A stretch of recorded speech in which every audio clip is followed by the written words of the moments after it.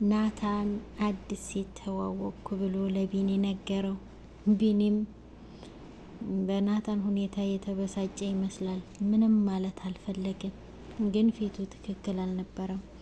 ናታን ግን በነገሩ ላይ ደስተኛ የሆነ ይመስላል። ስለ እሷ ሲያወራ ፊቱ ሁሉ ያበራል።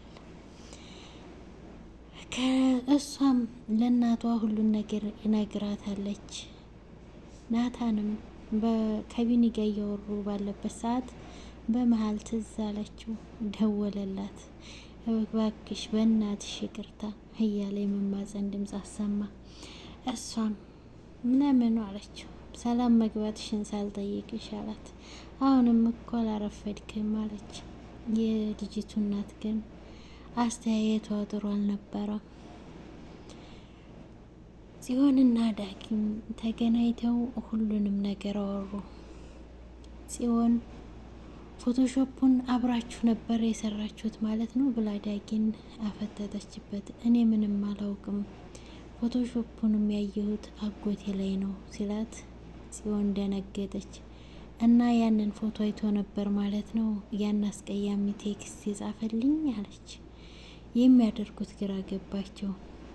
ምን ቢያደርጉ ማስተካከል እንዳለባቸው ግራ ተጋቡ። ዳጊም አቤልን አግኝቶ አናገረው። አቤልም ይህንን በፍጹም ማድረግ አልችልም፣ ከእሷ መራቅ አልችልም አለው። ትርቃለህ፣ ሁሉንም ነገር እነግራታለሁ፣ ለእሷም ላጎቴም አለው። አንተ እሱን ካደረግ ያፌትን በጩቤ እንደወጋኸው ጭምር ንገራቸው አለው። ዳጊም ደነገጠ። ምክንያቱም በጩቤ የወጋው ዳጊ ሳይሆን አቤል ነበር። እሱ ግን በዚህ ሊያስፈራራው ሞከረ። አሰላሙ አሌይኩም ወራህመቱላሂ ወበረካቱ። ውድ ቻናሌ ተከታታዮች እንዴት ናችሁ? አላህ አልሐምዱሊላህ። ለቻናሉ አዲስ የሆናችሁ ሰብስክራይብ በማድረግ ተቀላቀሉ። ነባሮች ደግሞ ላይክ፣ ሼር፣ ኮሜንት በማድረግ አበረታቱኝ። ዛሬ ሐረግ ክፍል 84ን ይዤላችሁ መጥቻለሁ ማለት ነው። በ84 ላይ ቤዛ እንግዲህ በድንጋጤ መኪና ፊት ለፊቷ ሲቆም ደንግጣ ወደቀች። ልጁም ገጨዋት ብሎ ደንግጦ ከመኪና ወርዶ እህት እህት እያለ ሲጠራት ቤዛ ነቃች። ልጁ ግን ቤዛን ሲያይፈቶ ቀረ። ደህና ነሽ ይላል፣ ግን ደህና ያልሆነው እሱ ነበር። አዎ ደህና ነኝ፣ አንተ ግን ደህና አትመስልም አለችው። አዎ ከቤት ስወጣ ጥሩ ሙድ ላይ አልነበርኩም አለ ነገሩን ለማስቀየስ። እሺ ወደ ሆስፒታል ልውሰድሽ ቢላት እሷ ደህና ነኝ፣ አንተ ግን ደህና አትመስለኝም ስትለው አይ ደህና ነኝ እያለ ልሸኝሽ ብሎ ድርቅ ሲልባት በቃ ካላስቸገርኩ ወደ ቤት አድርሰኝ አለችው። አረ ችግር የለም ብሎ ወደ ቤት ይዟት ሄደ። ዳጊ ጽዮንን እቤት ጠራት። ጽዮንም እቤት ከደረሰች በኋላ እቤት ብቻዬን ነኝ ባትለኝ ኖሮ እዚች ቤት ድርሽ አልልም ነበር። ቆይ ለምንድን ነው እንደዚህ አጣድፈህ የጠራኸኝ አለችው። ችግር ውስጥ ነኝ፣ እባክሽ መነጋገር አለብን ሲላት ጽዮን ደነገጠች። ምንድን ነው የተፈጠረ ነገር አለ ብላ ጠየቀችው። አዎ የተፈጠረው ብዙ ነገር አለ በዚህ ሰሞን፣ ምን የቱን ላስተካክል አላት። ጽዮንም ምንድን ነው እሺ ንገረኛ፣ አታወሳስብብኝ አለችው። ምንድን ነው የተፈጠረው ንገረኝ አለችው። ቆይ የኔና የአቤልን ፎቶ አንድ ጋር ሆናችሁን ያቀነባበራችሁት አለችው። አረ እንደዚህ አይደለም እዚህ አለ ዳጊም። እኔ እኮ ስለ ፎቶ ራሱ ያወቅኩት ማታ አጎቴን ሲያይ ነው፣ እሱም ደርሶታል ማለት ነው ብላ ደነገጠች ጽዮን። አዎ አላት። ለዚህ ነዋ ያን አስቀያሚ ቴክስት የጻፈልኝ አለች። ዳጊ እንግዲህ ዛሬ ሁሉንም ነገር እየተናዘዘ ነው። ያፌትንም ማን በጩቤ እንደወጋው ነገራት። ጽዮን ግን ደነገጠች። ዳጊ መስሏት ነበር መጀመሪያ። እኔ አይደለሁም የወጋሁት አቤል ነው አላት። እፍ ተመስገን አምላኬ አለች። ዳጊ መስሏት ስለነበር ግን በተዘዋዋሪም ቢሆን የኔ እጅ አለበት አላት። ማለት አንተ ነህ እንዲወጋ ያደረክ አለች ጽዮን። እኔ አስፈራራው ነበር ያልኩት፣ እሱ ግን የራሱን ቂም ተጠቅሞ ወጋው አላት። ያም ሆነ ያ አሳልፈን እሱን መስጠት አለብን አለች። በጭራሽ የሚያምን ይመስልሻል አላት። የምታሰረው እኔ ነኝ፣ ምክንያቱም ለሱ የስጋ ዘመዱ ነው። እኔ ግን ምንም አይደለሁም። ያን ያደርጋል ብለው ማንም አያምኑም። እሱ ራሱ ቢኒ ያደርገዋል ብሎ አይቀበልም አላት። ጽዮን ግራ ገባት፣ የምታደርገው ጠፋት። ያፌት ለቢኒ አዲስ ሴት እንደተዋወቀ ነገረው።